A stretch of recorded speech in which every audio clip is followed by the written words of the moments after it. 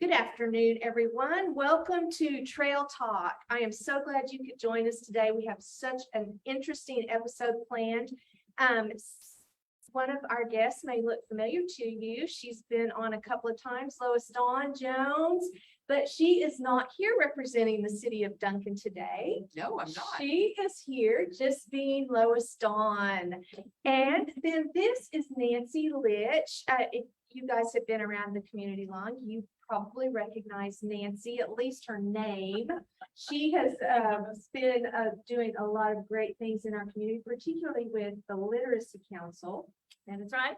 Is it Duncan Literacy It's Council? Duncan Area Literacy Council. Okay, Duncan Area Literacy Council, and they do a lot of fantastic things, but again, we're not really going to talk to her much about that. That'll be another episode.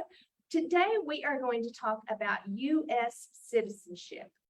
And I have just, Loisdawn recently took the oath I didn't. to become a United States citizen. And that is one thing that Nancy has the opportunity to do, is assist people through the process to become United States citizens, right? That is correct. And so these two ladies have a lot of insight into some things that those of us who are we're born here, we are U.S. citizens, and we take a lot of things for granted. And maybe we don't understand what it really takes for someone who is not not born here to become a United States citizen, and just that, I don't know, commitment level and desire, that strong desire that someone has to really have to want to see it through. That's kind of my take on it. Yeah. So I mean, there are humorous. When I told my daughter Abby about this episode, and I told her that about you, Loisdawn, becoming a citizen, and that you were from Canada, and she said, "Oh, you should ask her questions like they did on the movie The Proposal." I said, "Oh, I don't think I'll do that," but that's a very humorous part at the end of that movie. But anyway, okay, so Nancy, let's start with you. Okay, so do people come to you first of all seeking help? Well, we do Or have. how does this work here? We do have that reputation. That Mhm. This is one of the services that Duncan Area Literacy Council provides to the community. We have set up, about 3 years ago, we started our citizenship classes, and they've proven to be very successful. Our success rate is high. We're very proud of that. Anyway, I think as much as anything, we have had great advertisement from Duncan, from our public library. We partner with the library here in Duncan. The media has been great to us to showcase our programs and our success stories. Every September, we have a citizenship celebration at the library, and our local House of Representatives presents certificates to all of our new citizens. And the Daughters of the American Revolution provide entertainment and refreshments for us for this event. So we get great coverage from TV, the newspaper, and the library bulletins. And you ask how do people access our program? It is a free program. There are certain stipulations that the individuals must meet for citizenship. Loisdawn can probably tell you as much about that as I can. But bottom line, they have to have a current and have held a current green card, permanent residence card, for at least 5 years. There is a residency in the state of Oklahoma, just a short time that they must be a resident of the state. No felony convictions, and be of good moral character. And then there is, once they present those credentials to us, who are conducting citizenship classes, then we begin a process of educating our potential new citizens about the U.S. government history, U.S. history. It's a very extensive questionnaire that they must know, and again, Loisdawn can attest to that. And that's my job to prepare them to be able, when they go up for their interviews at the USCIS office in Oklahoma City, that they will know the answers to all of these civics, government, history questions. Right. And my students, who I dearly love, at the end of the session, when they finally, and they come to me, and it depends on, I don't want them to sit for their interview until I think they are really ready. And because it's a very expensive process to file for the N-400-404 application for citizenship. And I want my folks to pass their interviews the very first time, because like I say, it's an extensive application form. It is expensive. And my students, I want them to be prepared. I don't want to do do-overs. Okay, so let me ask you a couple of Okay. questions. So you said that they have to have lived in Oklahoma. Does that mean to take the test in Oklahoma and be interviewed in Oklahoma? In Oklahoma, that is correct. Okay. That is correct. Okay. Yes, right. And then, it's expensive, so does that mean if they fail the first time, they have to pay all over again? They do have one do-over. They Okay. have two opportunities to pass that interview test, which involves the history, government, civics questions, and their oral skills in English. And sometimes they're asked to read and write documents, but mainly it is the 100 questions, civic, government, history questions that they need to know. And it's just their general communication skills in English. Most of my students or candidates do come from Mexico or Spanish-speaking individuals. Many of them have lived in the United States for a good long while and have decided that they want to, this is their home now. They want to become U.S. citizens, and they're very dedicated, really. They do not come to me unless they are dedicated. Right, so, well, green card, it sounds like, is square one. That is square one. So what qualifies you to be able to obtain a green card?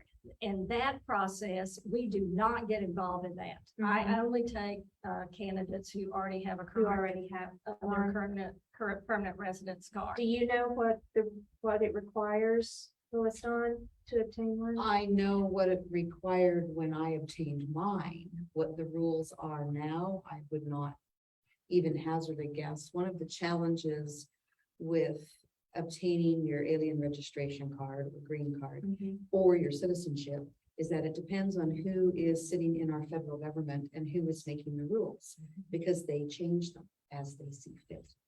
And so one administration, it may be more expensive. It may be another administration. You may have to prove, for myself, when I applied for my citizenship, I felt very frustrated the first time I looked into it, because at the age of 20, when I received my green card, my father at that time had said to me, make sure you document and keep track of every time you enter and exit the country.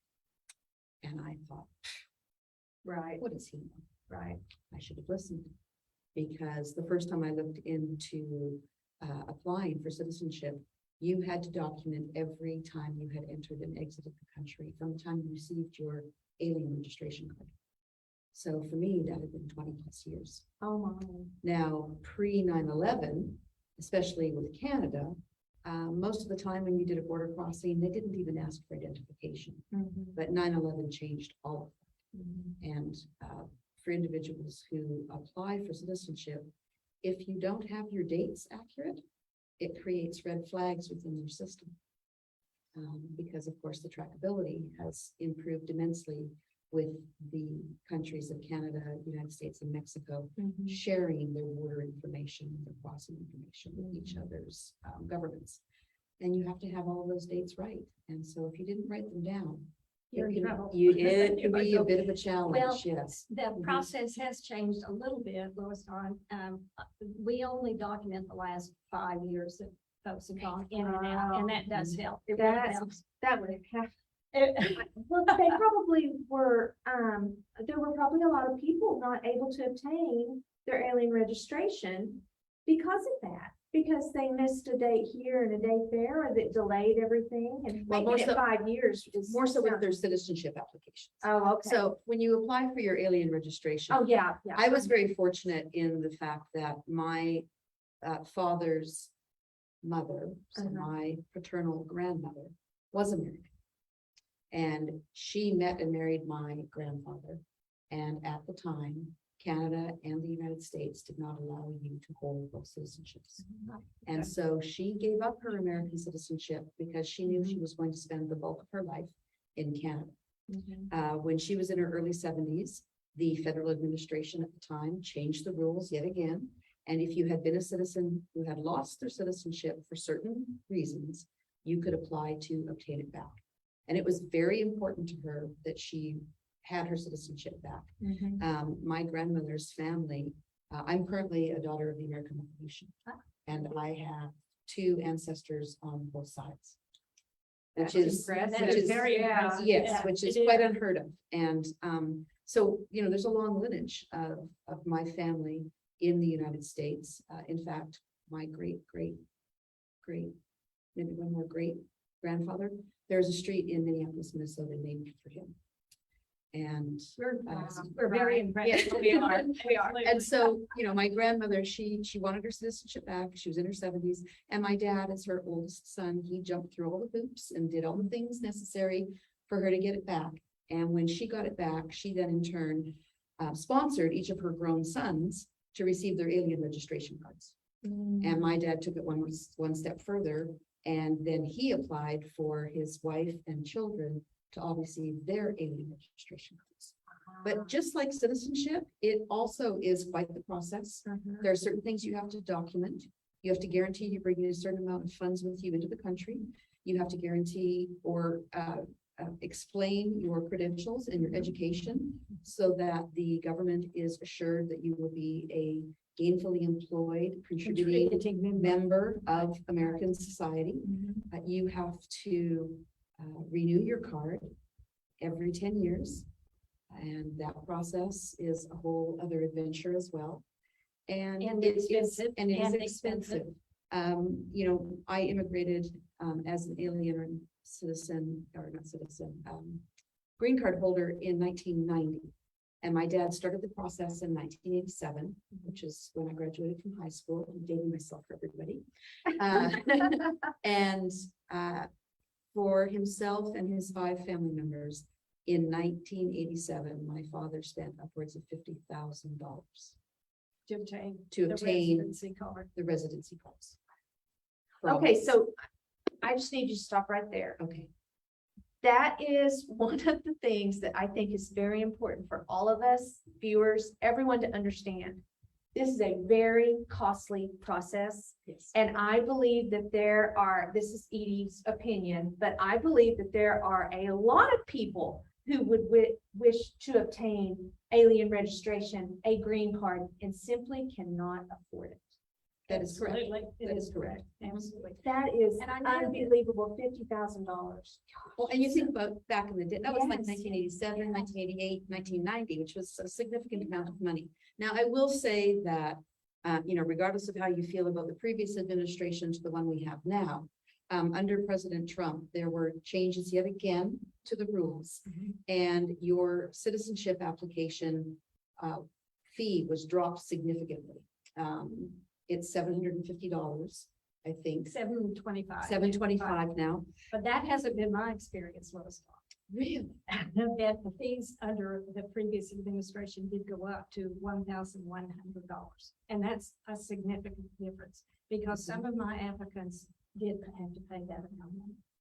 It has dropped back to $725. Oh my And it goodness. literally changes on A day-to-day well, basis I hate to almost. say on a day-to-day basis, but truly it feels that way. It does. It I changes. applied for my citizenship in April of 2021. And it was $750. Now the process, and that was the second time I had looked at doing the process. And that is the other thing that is actually, I think that people don't maybe understand is that once you obtain your alien registration card, you do have to renew it every 10 years. And there are fees that are involved with that. You also can't stay out of the country for more than 6 months less a day Right. at a time. And if you do, they can deny you re-entry and take your green card at the border. So it's very important that you not only establish your permanent residency, but that you put in the time every year that you need to keep that permanent residency status. Right. You can't renew your green card until it's 6 months less a day from its expiry date. Expiration date, right. Right? So And that's I one think- thing you have to remember. And then when you want to apply for citizenship, you can't apply for citizenship unless your green card expires in 12 months plus a day from its expiry date. And actually, I think that's changed. Has that Yeah, changed that's again? changed. It's 6 months. Oh, Yeah, it's good. 6 months. Well, So that's is- a little that- friendlier. that is. And we have a case now, one of our candidates for citizenship, that he had to go ahead and renew his green card, which I think is $580 before we could fill out his N-400 form for citizenship, because he fell into that gray area where his permanent residency card would have expired. And he has to have And a he current has to one, have- and it Well, has to be current. That's Or- actually what happened to me the first time I First time, planned yeah. to apply for my citizenship. And I had to pay $1,100 to renew my green card at that time. And that was also when you had to prove every crossing from the time that you had immigrated. So for me, it was 26 or 27 years that I had to try to document all my crossings. And I say all of them because I've been very fortunate. I've done a lot of traveling internationally, and it wasn't just going back and forth between Canada and the United States. I also had traveled in Southeast Asia, Europe, and Australia. And so it was daunting. We went through my father's diaries, my mother's calendars, my diaries, trying to scour through and get the proper dates. And I finally had everything all together, and then I found out they couldn't apply because it was too close to the expiry date Expiration of your of permanent my card. permanent residency card. Of course. So then I renewed the residency card, and then of course you kind of shelve it for a while. You Yeah, think to and you yourself, do, oh my that goodness, does happen. because it's not an easy experience, and it's costly, as Nancy has said. Well, our experience on help trying, and we've had many people question us about that, on how to go about actually obtaining a permanent residency card. And like I say, so many of our students and candidates for citizenship do come from Mexico. On an average, I don't know about cost at this point, but it takes them 10 years to obtain a permanent residency card. And like Loisdawn said, they have to show justification that they will not be a drain on the American society, that they will have gainful employment. And there's a lot of hoops to jump So through. during that 10 years of them trying to obtain this card, are they Allowed in. considered legally No, here? No. Oh, my goodness. Yeah, I was very fortunate because my father had done all the legwork prior to me entering the country for me to gain my permanent residency card. Right. And there was a bit of a rush to it because at the time that he had done it, any of his children, as long as they were under the age of 21 at that time, would be granted an alien registration status based on his status. I crossed the border the day before my 21st birthday. If I had done it the day after, Mhm. I would not have received an alien registration number, and I would have been on my own to try to obtain my alien registration right. after that. And that's actually changed now. It's now 18. Yeah, I was gonna say, I think it's 18. It is 18. I'm gonna interject here, just a question for my information. Can you hold dual citizenship, Canada and US? Yes. It And is because one you of can the in Mexico, too. alliances. It is one of the alliances where you are allowed to hold Oh, dual what's dual citizenship. citizenship? Now, Well. it may change in the Right, future. today. Today. It may change in future, in which Right. case they will ask you which one you are going to give up. And you're expected to give up. That's what happened to my grandmother all those Right. years ago. And it's happened several times throughout the different administrations. So, you used the word sponsor Yes. earlier. Mhm. You lady, both of you, one of you, whoever feels, what does that sponsor, what is that person's responsibility, and why is having a sponsor necessary? I've heard other people talk about this. I I have think a it's- friend whose daughter-in-law is from India, and she and her husband had to sponsor her. She was married to their son already, they had to sponsor her, and so I'd like for I you think to, it's basically kind a financial responsibility. Like I say, you seek a sponsor, you want to guarantee to immigration services that you will not be a burden on the American society and that you must be sponsored by someone really basically who was financially responsible for you. It could be a company, an employer okay. that would bring you in. Right, okay. And if you had certain qualifications and you were an entity that needed to, that we desperately needed, doctors or grandfather did a lot. And so, but it's financial. It is, and also if you're doing it, if it's not being done through a corporation because they're wanting to hire your skill set and bring you into the country, there has to be a familial connection in order to provide sponsorship for, like I couldn't sponsor you, Edie, because there's no family connection. Right. But my parents could sponsor their children, or my sister could sponsor her children. Mhm. You can sponsor nieces, nephews, aunts, uncles. So family members can be sponsored, but again, it's very time consuming and it's costly. And that sponsorship is required in order to obtain the alien registration. If you are under the age of 18 now, if you're under the age, or sorry, if you're over the age of 18. Over. Yeah, that is Or correct. considered You as must be an sponsored. adult, Yeah, You're on your own. correct. You You have to have have to, a sponsor. that's correct. Mhm. So we don't realize how lucky we are. We don't. How grateful I am to live where I live.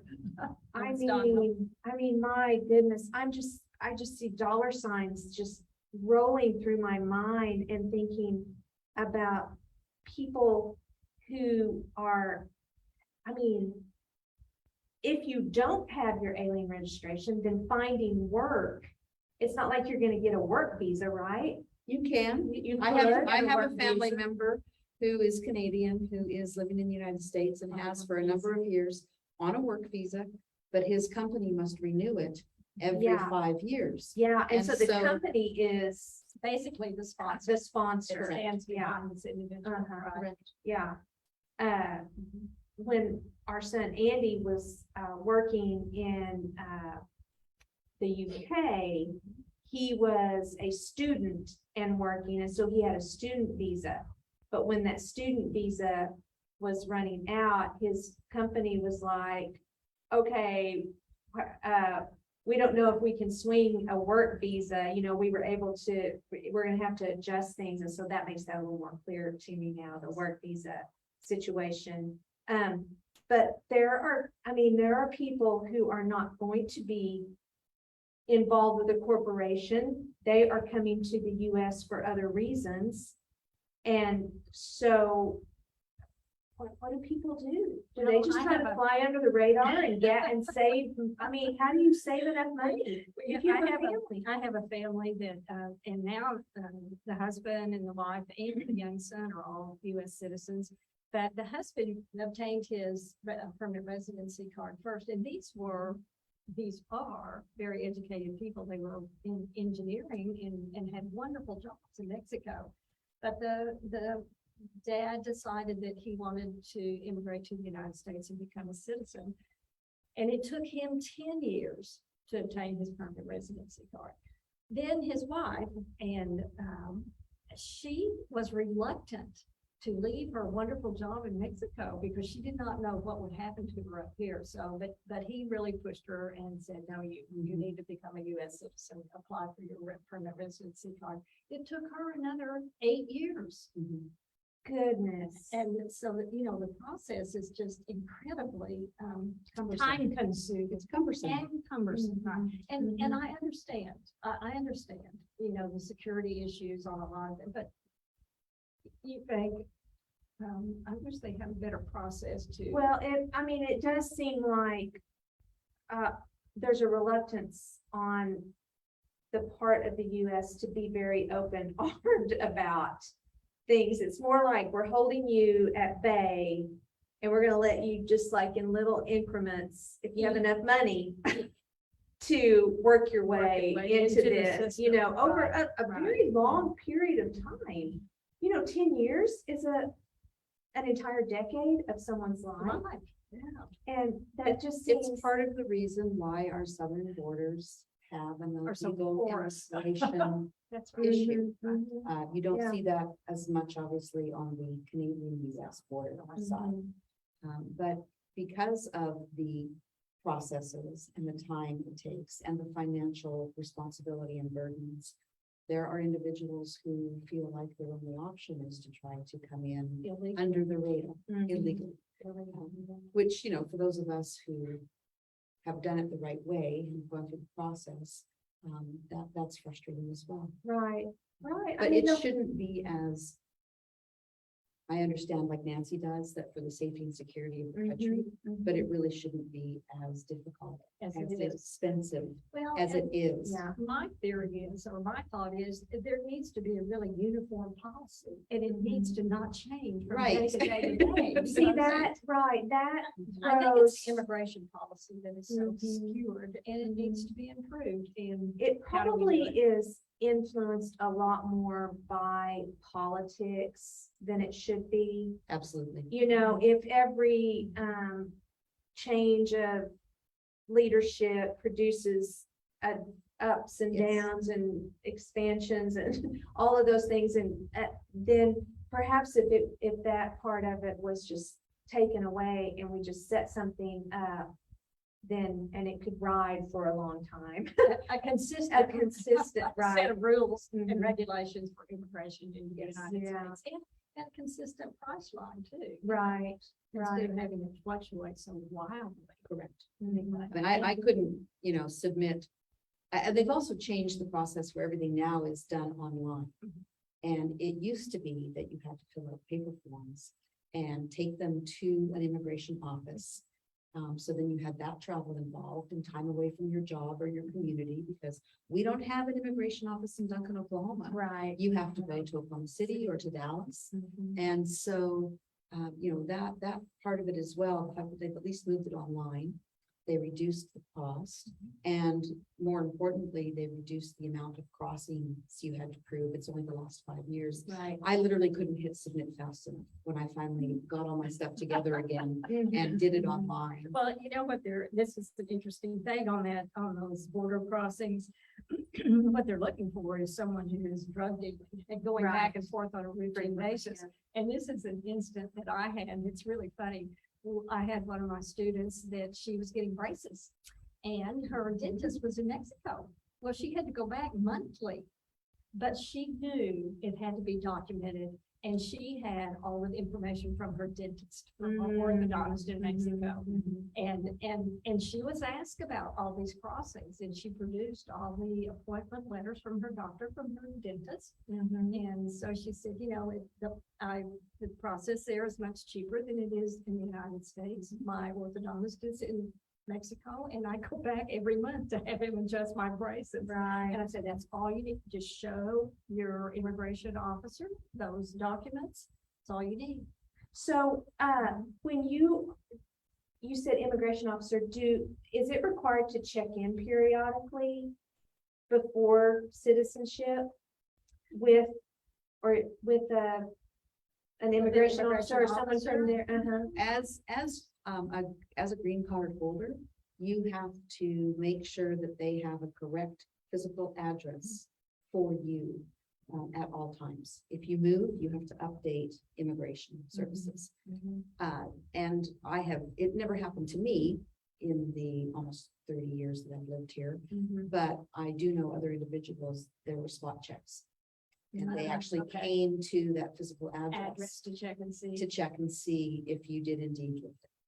Now, I have not experienced that with my students, but I won't say that it's not happening. Right. Are there other, like requirements, like if you have a family, or there's, you know how, like with the Department of Human Services, you know, or foster family or something, you know, you're required to have certain number of beds or rooms or whatever in your home if you have a certain size family. Do they No, put any no, kind of things like No that on? restrictions like that. No restrictions like that. Okay. Okay, that's, I mean, well, and probably the number of immigration officers compared to the number of immigrants, it would probably be virtually impossible to, I would think so. to check that sort of thing. That Well, would probably- I know when I submitted my application in April of 2021. At the time, I received an email confirming they'd received my payment and my application. And they told me it was going to be 18 to 24 months. So just sit back and, And I Relax. actually feel quite fortunate that on July the 11th of 2022, which was, what, 14 months and a bit. I True, was yeah. taking my oath of allegiance Mhm. because it really, even though it felt like it took forever, it really was much more expedient than I was anticipating because I was thinking it was going to take me the full 2 Well, years. and that a lot is the result of COVID too, because Mhm. things so shut down. Yes. And, they just were not conducting any interviews. They were Right. just able to go in and out.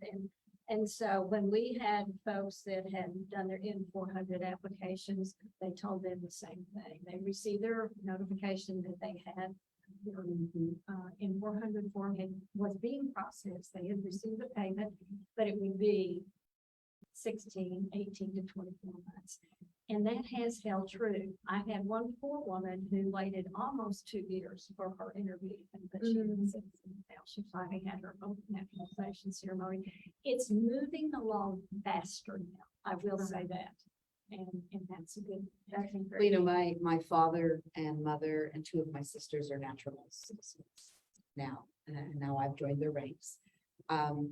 Their citizenship ceremonies were much more full of pomp and ceremony than yes. mine Oh, was. yes. And that is also a direct result of Oh. COVID era. Typically the ceremony previously took 60 to 90 minutes and there were grand speeches and they took a picture in front of the The seal, dignitaries. and the dignitaries were Right, there and that's they right. made a big to-do about handing you your certificate. And my experience was kind of a half in comparison to what happened with other members of my family, because I went up to the immigration office in Oklahoma City, had to walk in by myself. My husband sat in the parking lot and waited for me. And, and there I've were, done that for the last 2 years. yeah, there were 50 chairs spread 6 feet apart. And there were 46 of us that were in the room by the time the ceremony took place. We had one of the workers come to the front, said, is everybody here to take their oath of allegiance? And we all said yes. And she said, please stand. We took our oath. And she said, please take your certificate on your way out the door. And that was it. That was it.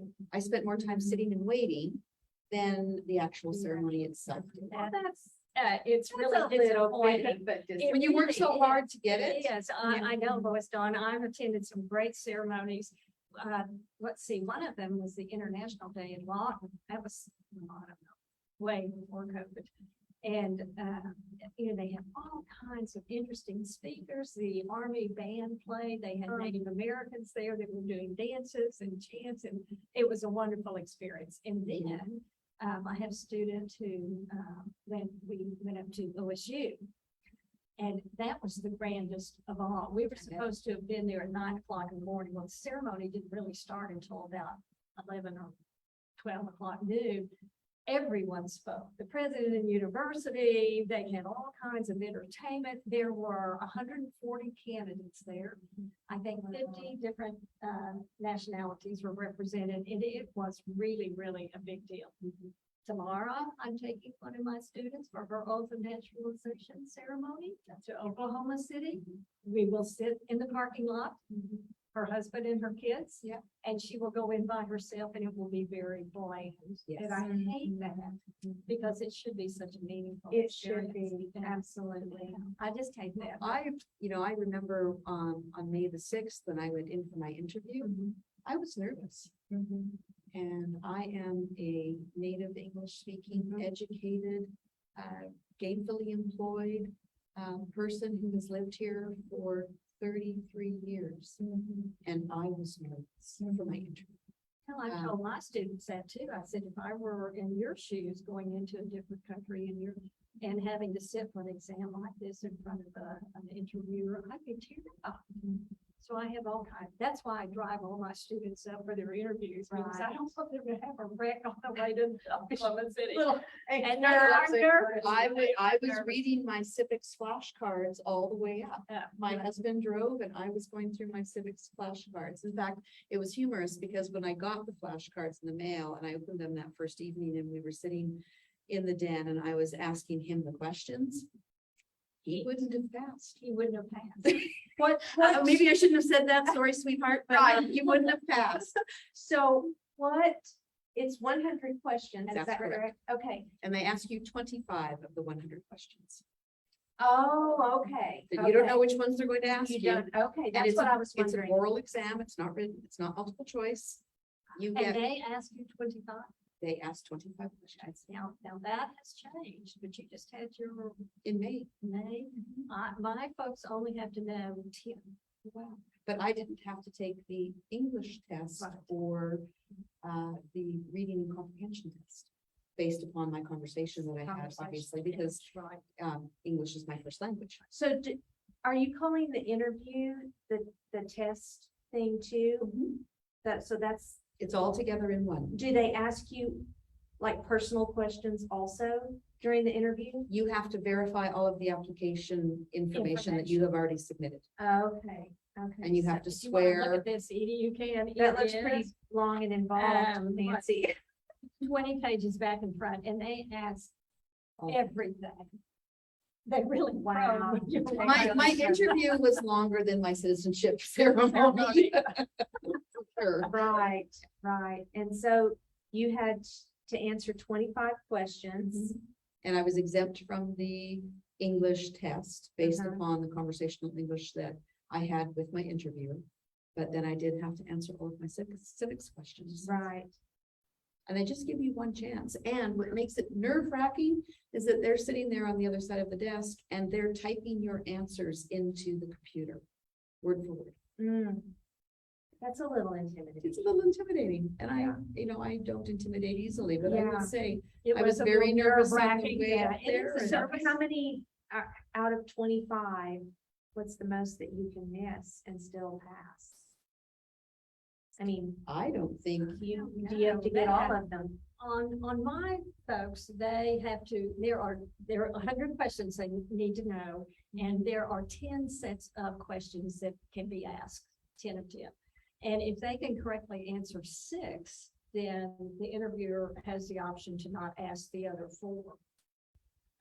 So, but if they, I know. Interesting, because It's interesting, isn't it? I wonder if each interviewer makes up the rules on Well, for how they feel that day. I was Because I had wondering I had a about, full 25 questions. do they have to interesting. pass the English comprehension Yes. as well? yes, Maybe that Yes, and I think is- that's probably what the difference is maybe, and because you really are a native English Correct. native, right? And- Yes. and most of my folks are not. Uh-huh. And I'm proud to say I got 24 out of 25. Well done. Well done. Well done. Mhm. Can you remember which one you did not get correct? You know, I don't now. It literally was such a blur. Mm-hmm. But I believe it had to do with, I'd have to actually think about it, Nancy. But she did tell me I had answered incorrectly and she goes, we're going to move to the next question. But luckily it was, my second to last question. So I felt. Pretty good. Right, yeah, you're feeling pretty confident. I was feeling pretty good about everything until I got to, maybe that was my. Did she problem. tell you correct after each response? Yes. Mhm. Nice, Yeah. nice. That's a good confidence builder, It is, you know? especially if you're answering 25 questions. Oh my, I didn't know that. I Yeah. would never tell my students that. Right, I so don't want to intimidate them. were some of them, I don't know, like give. I should have what's brought a an example? flashcard with I know, me. you should. Well, but I Nancy has got them. it. I have all. Well, have I not given? Oh, you yeah, these I before? have definitely. You know, when I've gone in front of United Way boards and things, I always bring Mhm. my little booklet with me, and I usually make the allocations committee answer some of these questions, and it's amazing how few can do. It's very good. Mhm. And I've got to admit, I was a history, English major, loved history. And when we first started this process, and I had these 100 questions in front of me, I didn't know the answer to all of them either. It's So- intimidating. So there, this is now a requirement to graduate high school? It Is to- is. Is It that to know all 100? It is, now I've heard two different versions of this, that they will be required to be tested on these 100 questions. They don't have to pass. Now, why are they even doing it? Yeah, that's a But good I question. think it's a great idea because too many people, you know, especially our students don't know that much about history and government. Mhm.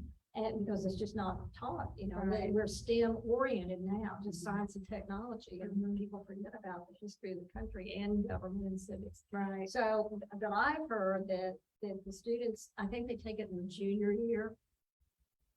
Maybe, Not certain. I maybe. think that's true, but they don't actually, they take the whole thing, 100 questions, but they don't, there's no pass or fail. And I think, well, Mhm. why do that? But Well, any at knowledge is least better they're- than no Right, knowledge. Yeah. right. So, You want me to ask you a Supreme question, Court, Edie? sure, ask me something. Okay. See how I do. All right. Okay. Loisdawn recently studied. Plus, I I did. can see. Okay, under If the I hold my Constitution, bifocals right, I might see the Right. answers. under the Constitution, some powers belong to the federal government. What is one power of the federal government? Power of federal government. Under the Constitution.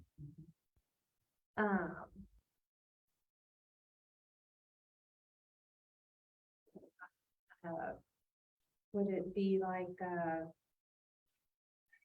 organizing the military or something like that? Something Well, like this? Is that? not really. Not really. Not really. The one that we, because so many people key into this, the federal government has the ability to print Money. money. Mhm. Print Ah, okay, And To, de- under, to declare war. okay. create an army. Oh, wait, Make okay, treaties. that's kind of what I, that Make was. treaties. Okay. Okay, right. So under the Constitution, some powers belong to the states. Mhm. What is one power that belongs to the states? One power that belongs to the states. Hmm.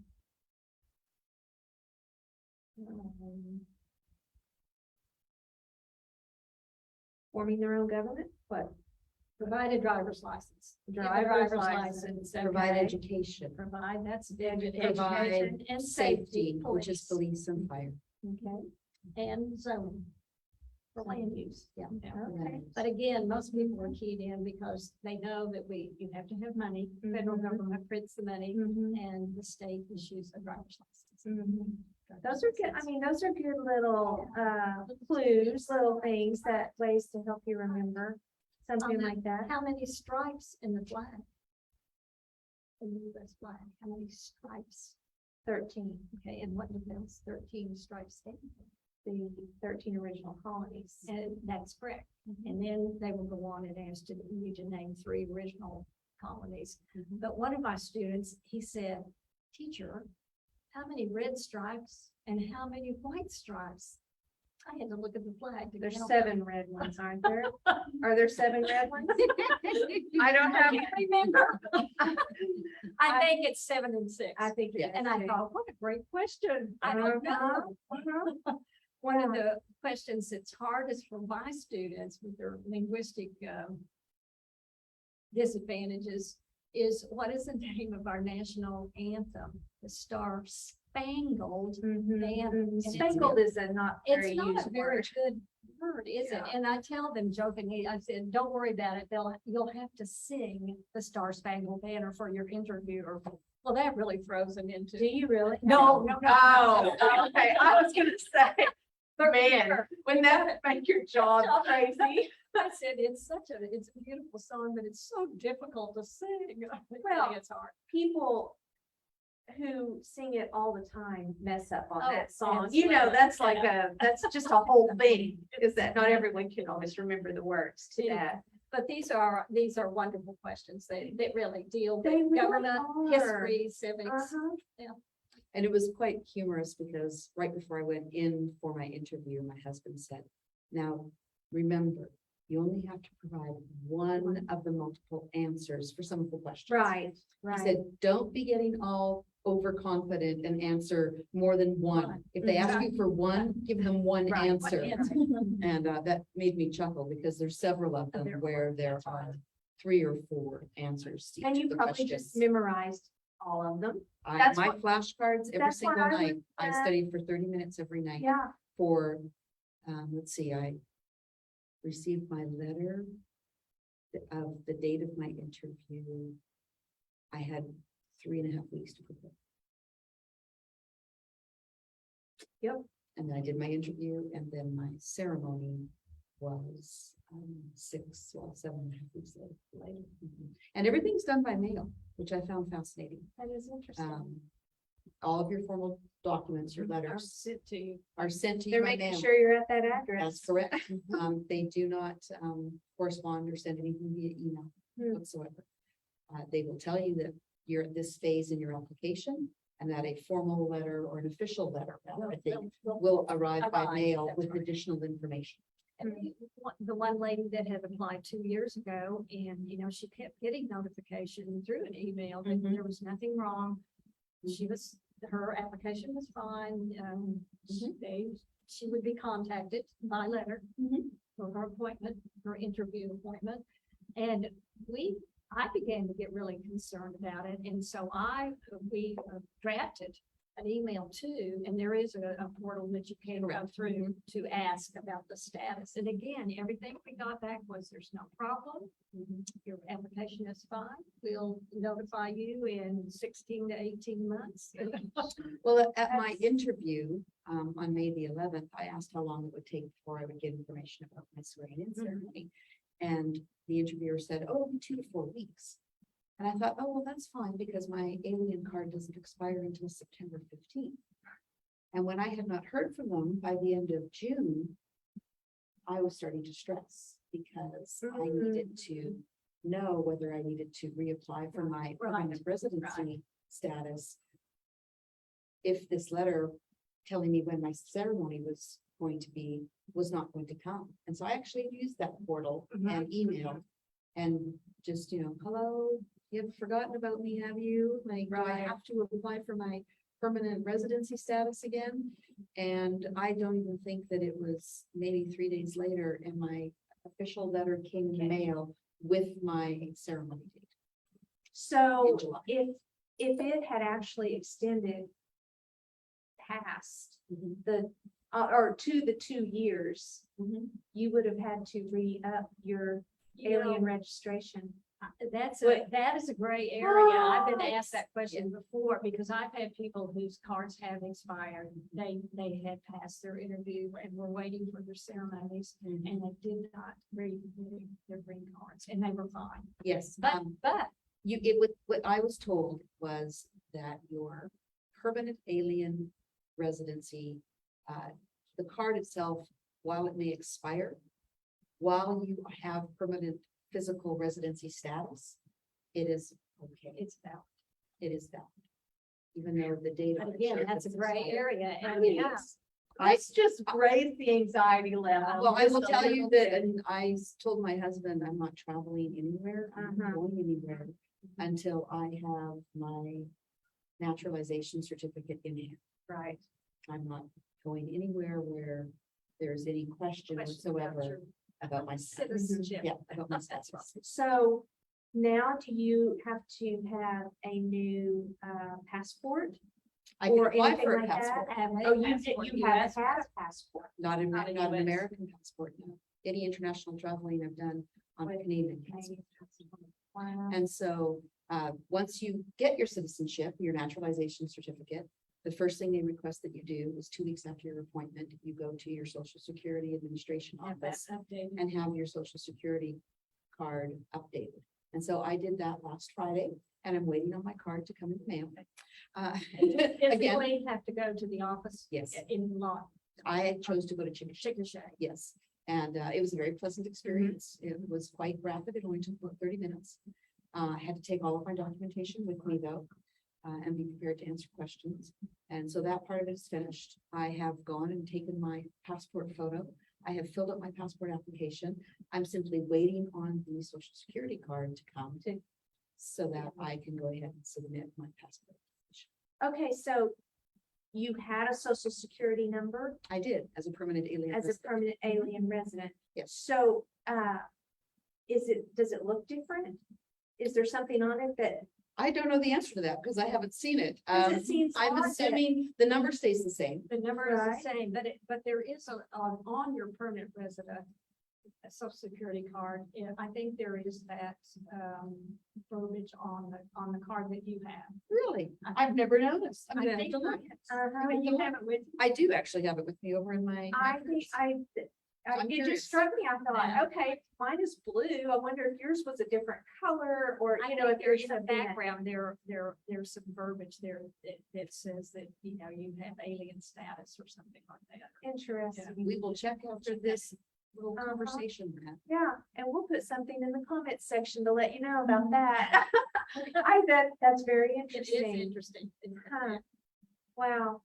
So everything, Loisdawn, would you do it all over again? Absolutely. You know, well, I've already said when I graduated high school, so everybody knows that I'm 53 years old. And I immigrated at the age of 20. So I have lived here 33 years. Yeah. I have lived here longer than I lived in Yeah. my, my birth country. And there are so many amazing, wonderful things about this country. And it makes me proud to finally Mhm. become a citizen. Mhm. And I'm also so excited to vote for the first time. Oh, Because it's very hard to live somewhere and not have a voice politically. And that is one thing that as an alien living in the United States, we are not permitted to vote, mhm. whether it's local elections all the way up to the Right. federal elections. And it frustrates me sometimes when I see the apathy of the average American citizen. Voter. And the fact that they Non-voter. choose not to vote, and that we have such small segments of our society that are really determining how all of us are going to live, and that's at the local level, right through to the federal level. If you think about how many people are in Duncan, Mhm. and there's maybe 2,500 people who vote on local Right, issues right, that are right. deciding it for all 24,000 people. Yeah. Same thing at the state level. And then again at the federal level, you know, Right, right. we have a really, it's a disappointing percentage of individuals who actually vote. And as somebody who's lived here for 33 years, Mhm. I am so excited to register to vote, which I can't do till I get my new card, but that's next on my list. Right, Um, right. to You do. will be a voter for November? Yes. All right. Hopefully, Hopefully. I don't know how I think far you will. out you have to be. I think it's Yeah. August the 28th. Is it Okay. 28th or 23rd? It's sometime towards the end of August, I think, that you must register. But you'll be okay. I hope so, provided I have all my information. And back. I've got a great photo of one of my ladies who, for the very first time, was able to vote back in, I guess, the last primaries that we had. Was that in May? Mhm. Yeah. She was so excited. She had her little I voted button on. She had a T-shirt on that was like the US flag. And I thought, she said, I've waited so long for this day to be able to vote. And a lot of my students and a lot of these folks that come to us, they really want to be able to vote. I'm telling you, I just feel a little bit like, for our country and everything that it stands for to mean so much to people who live somewhere else to, I feel like I'm getting emotional all of a sudden, to want to spend 10 years of their lives toiling to become this a process. citizen of this country, and how there are many of us who take for granted Blow it off. the Blow it off. civics, yeah, That's what, right. who cares what the executive branch can do or not do? I mean, you know, or, yeah, vote, schmote, you know, whatever, and, You know, you always hear that expression, well, my vote doesn't count. Well, yes, it does. It does, it does. And, yeah. and when you hear, And I'm thrilled to voter- death, Loisdawn, that that's one of your goals. So I I'm know. so It absolutely happy. is. I really am a strong advocate of voting. voting, That is our absolutely. right. When my Many, kids were many little, countries don't have that right. when my kids were little, I drug them along. I was like, come on, you're gonna go with Right. mom to Yeah. vote. But they were always in there in my little thing with me, but, it's just something I'm kind of feeling the feels. I got the Yes. feels right now from just, you know, talking to you and just seeing on your face And Nancy, your stories are so moving because you are intertwined with these people who have this, they have this goal, you know, and they're focused on that. And I so appreciate you spending so much of your time helping. You know, I love it. I love it, Dee Dee. It's wonderful. I'm so excited about it. I love my students. I get so involved with their lives. I know all about their families, their kids. I've been to birthday parties. If only I'd known, I would have reached out to Nancy to help me Right? do mine. Yeah, her success rate speaks for Right? itself. You know, and like I say, though, I don't really want my folks to apply until I think they are really ready to ace that test, because it is such a process and it's horribly expensive, and they don't have that kind of money. I mean, my people usually you live paycheck to paycheck. Mhm. And so it's quite a commitment. It really and truly is. But then you get the feedback, like the lady who was able to vote for the first time, and she was over the moon, over the moon. She has from Puerto Rico, had married an American citizen, and had just put off doing this for quite some time, and just finally decided. She heard about our class. She's actually from Elgin, lives in the Elgin area, and started coming over. Well, now you just can't contain her. She's so happy. Then I have a little gentleman who's just got his citizenship and his oath ceremony from Samoa. Oh, And wow. he's really a neat guy. And this man now wants to go a little step further. We're going to be able to help him with this, wants to get his GED. So That's further awesome. education. Okay, so you just put two things in my mind. You said Puerto Rico Mhm. and Samoa. Mhm. Is that American Samoa? But they do not have US citizenship. They do not have status. US citizenship status, and they have to go through the exact same process as anyone else. Interesting. So what is the benefit of those countries being associated? Maybe I'm getting too far off To track here. political layer. But, well, being associated with the United have- States like that, being what is Puerto Rico called?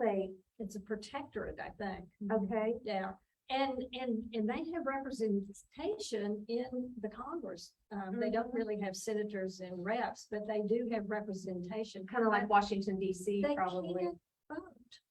And they're Uh-huh. not full-fledged citizens. And I have a theory, you know, you can quote me on this. Nancy Litsch, we Uh-huh. remember her saying that back in 2022. I think someday Puerto Rico will be our 50th state. Huh. Washington DC is, It's just might a want district that little claim to fame too. I don't know about that, but I do think Puerto Rico will be our next state. Wow, that's We'll see if that interesting. happens. Do you Very agree with that, interesting. Loisdawn? I do actually. I think so. I Alright. really do. That's gonna be interesting. Wow, See what that's, happens.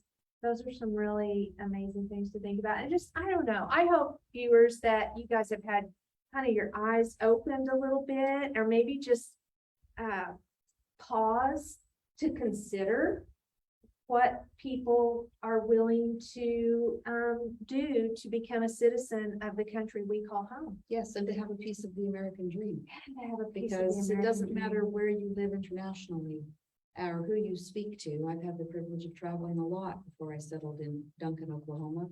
And people firmly believe in that American dream. Mhm. And, you know, I was fortunate that my lineage is American on my father's side, Right. but there are people who, and, you know, I got very emotional when I took my oath of allegiance, because there are people who literally lay their lives on the line so that they can have a piece of that truth, Right. depending on what countries they come from. Mhm. And, you know, when you know, immigrate from Canada, you mean, Canada has its wonderful qualities as well. Right. There's many reasons to be proud to be Canadian. And people say, well, why would you want to become a US citizen if you're a Canadian? Well, there are some differences. And I chose, you know, 33 years ago to make America my home. And this is really the last piece of that puzzle, Mhm. to have full-fledged American citizenship status. Mhm. And, you know, truly, I am home. Right. Well, we're grateful to you, Loisdawn. And to all of my students who become citizens, they feel the same way. they want, this is their home now, and they consider it their home, and we are privileged to have you as a US citizen. We are really privileged to have you. Thank you. Beautifully Appreciate said, it. Yeah. Nancy. That was beautiful. Yeah, for sure. Because, I mean, we're, at some point, everyone who came here was an immigrant. It's an immigrant, that's right. And we are. a Except, melting pot. except the native Native people, the Americans. natives who have been here from the beginning. Correct. But everyone else Was an immigrant. was an Yes. immigrant. And I think that's really important for us to remember. Remember that, right? And we Yeah. are, you know, we are what we are because of the different nationalities that have come into the United States. It made us such a land of opportunity, but also a Absolutely. land of diversity but very interesting diversity. Right, exactly. Our Which should be celebrated Yes, as opposed to it being divisive. yes, here. I totally agree. Totally agree. I think we're like all of one mind here, girl. I bet this little chat could carry on for a long time, but it's probably time for us to end this. Thank you both so much for being on Trail Talk today and for Thank just you. really sharing your heart, your experience, all the Loisdawn things session, that you help people do, Nancy. I mean, and they'll both be back again sometime. I'm sure I'll come up with some reason. May I to say have them on one Trail thing Talk. Please, everybody? please. As a new American citizen, vote Yes. and be proud of the country that we live Yes. Second that. Yeah. God bless America. in. God bless America. That's God bless right. America. Well, you guys, thanks again for watching and we'll see you next week on Trail Talk. And so girls, when it's time to go, we say happy trails. Happy trails. Bye-bye. Bye.